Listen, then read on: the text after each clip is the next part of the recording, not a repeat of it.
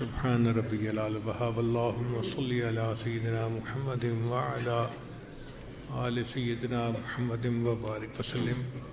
اے رب کریم، ہم آپ کے عاجز مسکین بندے ہیں، ہمارے گناہوں کو معاف فرما، خطاؤں سے درگزر فرما، عیبوں کی پردہ پوشی فرما۔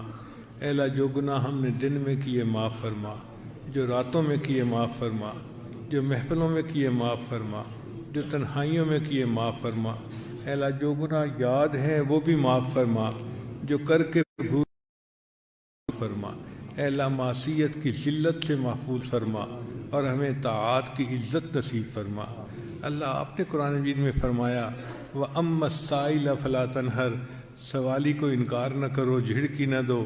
اے اللہ، جب ہم کمزوروں کو حکم ہے ہم سوالی کو انکار نہ کریں۔ اے اللہ، ہم بھی تو آپ کے در کے سوالی ہیں، مالک آپ بھی انکار نہ فرمائیے۔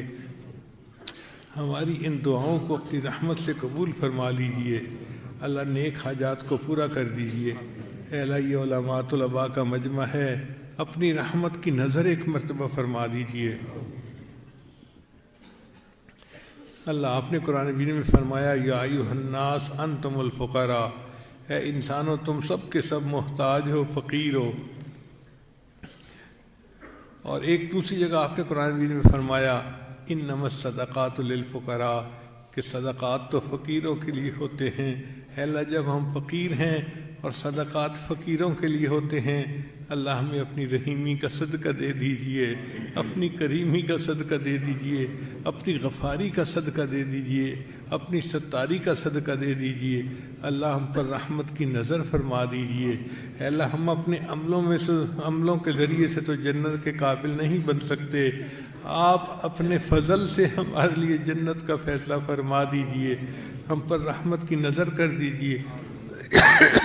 اللہ، آپ کے پیارے یوسف علیہ السلام کریم تھے، انہوں نے اپنے بھائیوں کو معاف کرتے ہوئے کہہ دیا تھا لا تثریب علیکم اليوم، آج تمہارے اوپر کوئی قصور نہیں، میں نے تمہیں معاف کر دیا۔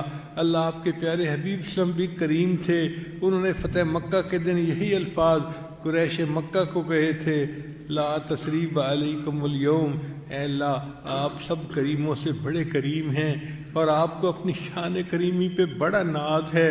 آپ نے قرآن مجید میں جگہ جگہ اس کے تذکرے بھی کیے ہیں۔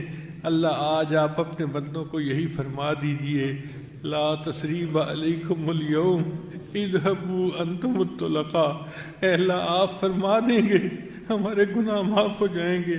میں اللہ رحمت کی نظر کر دیجئے، ہمارے گناہوں کو معاف فرما دیجئے۔ اللہ، ہمیں تقوی کی زندگی عطا فرما دیجئے۔ اللہ، آپ نے قرآن مجید میں اپنے 2 انبیاء کو حکم دیا کہ فرعون کے پاس جاؤ اور جا کر اس کو دین کی جو ہے وہ تلقین کرو، تو آپ نے فرمایا فَقُولَا لَهُ قَوْلًا لَيِّنًا، اس کے ساتھ نرم گفتگو کرنا۔ اے اللہ، وہ فرعون جو انا ربکم الاعلیٰ کا دعویٰ کرتا تھا، آپ اس کے ساتھ نرم گفتگو کا حکم فرماتے ہیں۔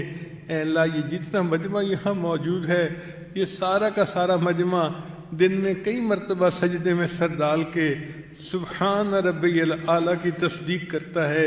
اے اللہ، تو ہمارے ساتھ نرمی کا معاملہ فرما لے۔ اللہ، ہمارے ساتھ درگزر کا معاملہ فرما، ہمارے گناہوں کو معاف فرما، ہماری ان دعاؤں کو اپنی رحمت سے قبول فرما۔ اے اللہ، اس ادارے کو دن دگنی رات چوگنی ترقی نصیب فرما۔ جو ادارے کے معاونین ہیں، اللہ ان کو اپنے مقربین میں شامل فرما۔ اللہ، ہماری ان دعاؤں کو اپنی رحمت سے قبول فرما۔ جو حضرات ادارے کا اہتمام، انتظام، انصرام چلا رہے ہیں، اللہ اپنی رحمت سے ان کی کوششوں کو قبول فرما اور ان کو اپنے مقبول بندوں میں شامل فرما۔ ہماری ان دعاؤں کو اپنی رحمت سے قبول فرما۔ ربنا تقبل منا انک انت السمیع العلیم تب علینا انک انت التواب الرحیم۔